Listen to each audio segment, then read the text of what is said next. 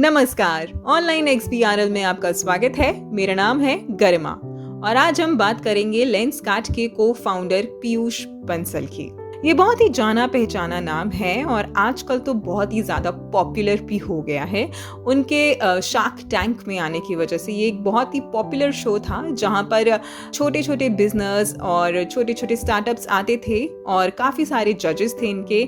उनसे ये इन्वेस्टमेंट मांगते थे अपनी कंपनी में और वो इन्वेस्ट करते थे। उनमें से एक जज थे पीयूष बंसल, लेंसकार्ट के को फाउंडर, जिसके बारे में आज हम बात करेंगे इस वीडियो में। लेंसकार्ट के को फाउंडर पीयूष बंसल का जन्म 26 अप्रैल 1985 को न्यू दिल्ली में हुआ। इनकी initial education Don Bosco high school से हुई। इनके फादर एक चार्टर्ड अकाउंटेंट है। इसके बाद ये पढ़ाई करने के लिए कनाडा चले गए। कनाडा में मैकगिल यूनिवर्सिटी में इन्होंने इलेक्ट्रिकल इंजीनियरिंग में ग्रेजुएशन की। इसके बाद इंडिया आकर पीयूष बंसल ने IIM बैंगलोर से पोस्ट ग्रेजुएशन की डिग्री ली। पीयूष ने अपनी कॉलेज की पढ़ाई पूरी करने के बाद अपनी पहली नौकरी 2007 में अमेरिका में माइक्रोसॉफ्ट में प्रोग्राम मैनेजर के तौर पर काम किया। इन्होंने अमेरिका में 1 साल तक काम करने के बाद पीयूष बंसल इंडिया वापस लौट आए और यहाँ रहकर कुछ बड़ा करने का सोचा। इसके बाद बंसल ने जॉन जैकब्स, एक्वालेंस और लेंसकार्ट जैसी कई कंपनी की एक श्रृंखला को शुरू किया, जिसके अंदर इन्होंने लेंसकार्ट प्लस की स्थापना की, जिसमें इन्होंने खासकर लेंस और चश्मे को ऑनलाइन खरीदने की प्रक्रिया शुरू करी। आज पूरे देश में लगभग 1500 से भी ज्यादा लेंसकार्ट के आउटलेट हैं। फ्रेंचाइजी मॉडल के बिजनेस को अपनाते हुए पीयूष ने लेंसकार्ट को देश के हर क्षेत्र में विस्तार किया और साथ ही आई चेकअप की फैसिलिटी को भी देना शुरू किया।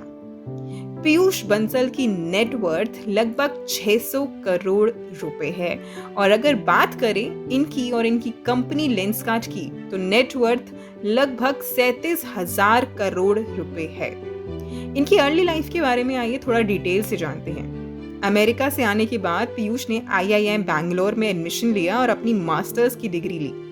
इसी दौरान पीयूष ने वाल्यू टेक्नोलॉजीज की स्थापना की, जिसमें 2007 में सर्च माई कैंपस को पहले व्यावसायिक पोर्टल के रूप में पेश किया। ये एक स्टूडेंट क्लासिफाइड प्लेटफॉर्म था जिसमें ना accommodation, books, part time jobs, carpooling और इंटर्नशिप के अवसर जैसी चीजों से संबंधित जानकारियां शामिल थी। इस स्टार्टअप को शुरू करने का ये मकसद था कि स्टूडेंट्स को उनके किसी भी प्रॉब्लम में मदद की जा सके। पीयूष के द्वारा ये स्टार्टअप भी कुछ ठीक ठाक चला और इसके बाद भी उन्होंने कई स्टार्टअप्स किए, लेकिन वो भी इतने ज्यादा सफल नहीं हो पाए।